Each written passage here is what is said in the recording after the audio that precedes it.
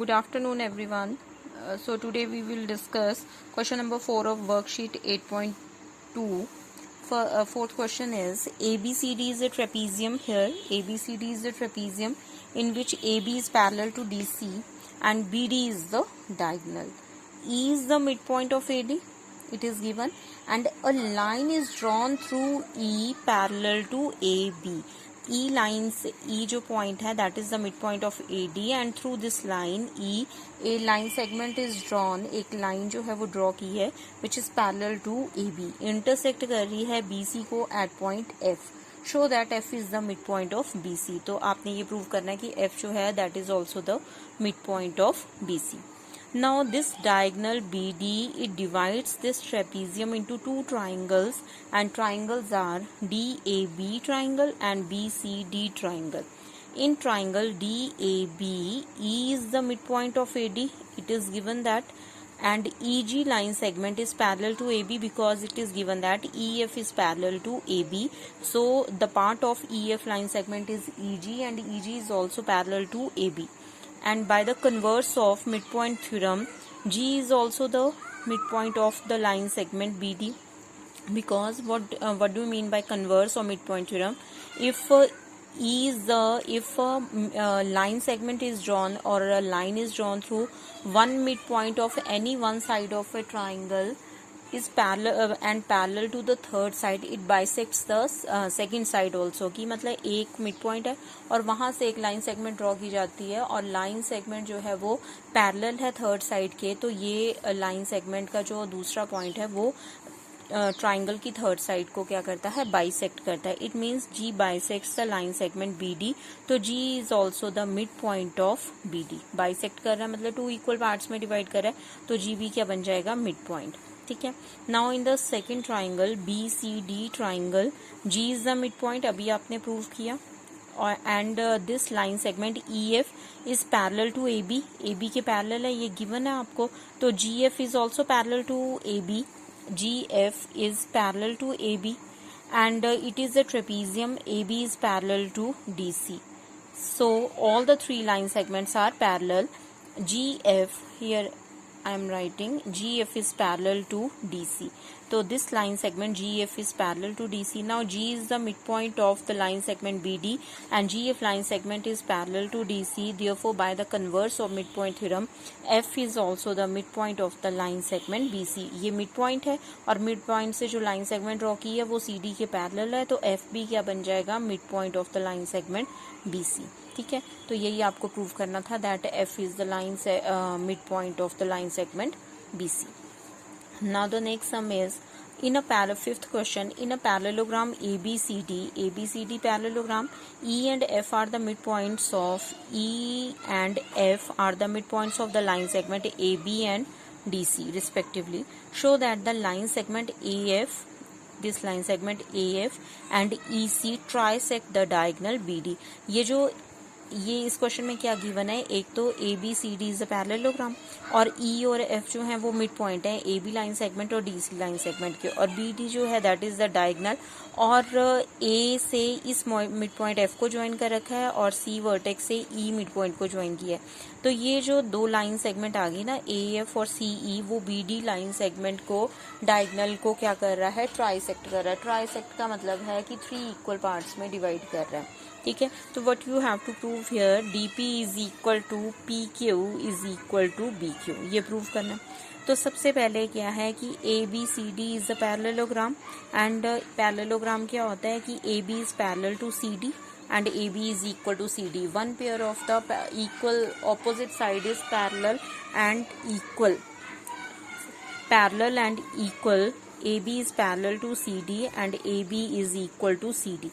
तो AB अगर CD के पैरेलल है तो AE is parallel to CF also. CF, and if AB is equal to CD, then half of AB is equal to half of CD because E is the midpoint, F is also the midpoint. So half of AB is equal to half of CD. It becomes AE is equal to CF. Okay, because now AE is parallel to CF and AE is equal to CF. One pair of the opposite side is parallel and equal. Therefore AECF is a parallelogram. ठीक है, ये parallelogram आ गया। अब ये parallelogram है, तो parallelogram में क्या होता है कि opposite sides are parallel and equal, तो AE is parallel to CF and EC is parallel to AF।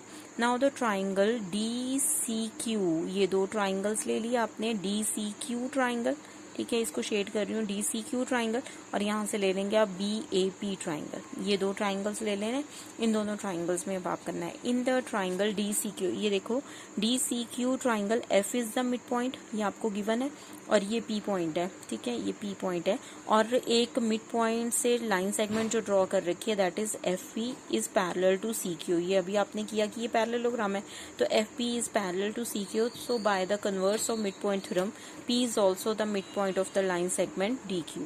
अगर P मिड पॉइंट है DQ का, तो DP is equal to PQ।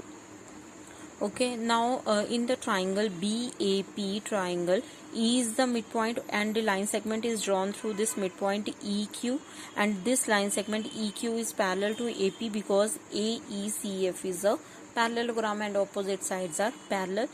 Therefore, Q also becomes the midpoint of the line segment PB का, ये mid point बन जाएगा bye the converse of mid point theorem. अगर ये मिड पॉइंट है तो इसका मतलब है कि PQ is equal to BQ, ठीक है। फ्रॉम इसको ना दो इक्वेशंस ले लेंगे, तो इक्वेशन नंबर 1 से DP is equal to PQ आ गया, इक्वेशन नंबर 2 से BQ is equal to PQ। ये देखिए अब लिखा हुआ है मैंने, F is the midpoint of DC, FP is parallel to CQ by the converse of midpoint theorem, तो P is the midpoint, तो midpoint है तो DP is equal to PQ। दूसरी ट्राइंगल ली थी E is the midpoint, तो EQ is parallel to AP by the converse of midpoint theorem, Q is also the midpoint, तो BQ is equal to PQ। From equation number 1 and 2 DP is equal to PQ is equal to BQ, ठीक है। तो तीनों parts अगर equal है तो ये BD diagonal को दोनों लाइन सेगमेंट क्या कर रही है, ट्राइसेक्ट कर रही है, ठीक है।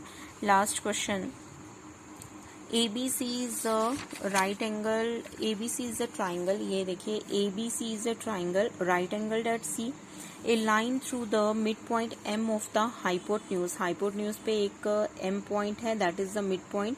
A line is drawn through this midpoint M and parallel to BC, एक लाइन ड्रॉ की इस मिड पॉइंट से और BC के पैरेलल है, जो AC को इंटरसेक्ट कर रही है D पॉइंट पे। तो सबसे पहले आपने शो करना है फर्स्ट पार्ट में D is the mid point of AC, तो M is the mid point and M से जो लाइन सेगमेंट ड्रॉ की है वो BC के पैरेलल है, तो इसका मतलब bye the converse of mid point theorem D is also the mid point of the line segment AC। तो फर्स्ट पार्ट ये प्रूव हो गया।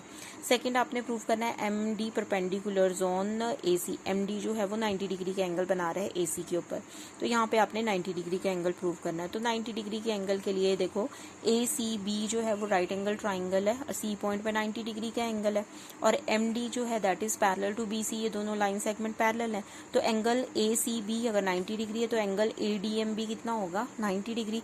तो इसका मतलब है कि एंगल D पॉइंट, ये जो D है ADM अगर 90 डिग्री है तो इसका मतलब MD परपेंडिकुलर्स है ऑन द BC पर, और ये दोनों इक्वल 90 डिग्री के एंगल क्यों बना रहे थे, कॉरेस्पॉन्डिंग एंगल्स, ठीक है।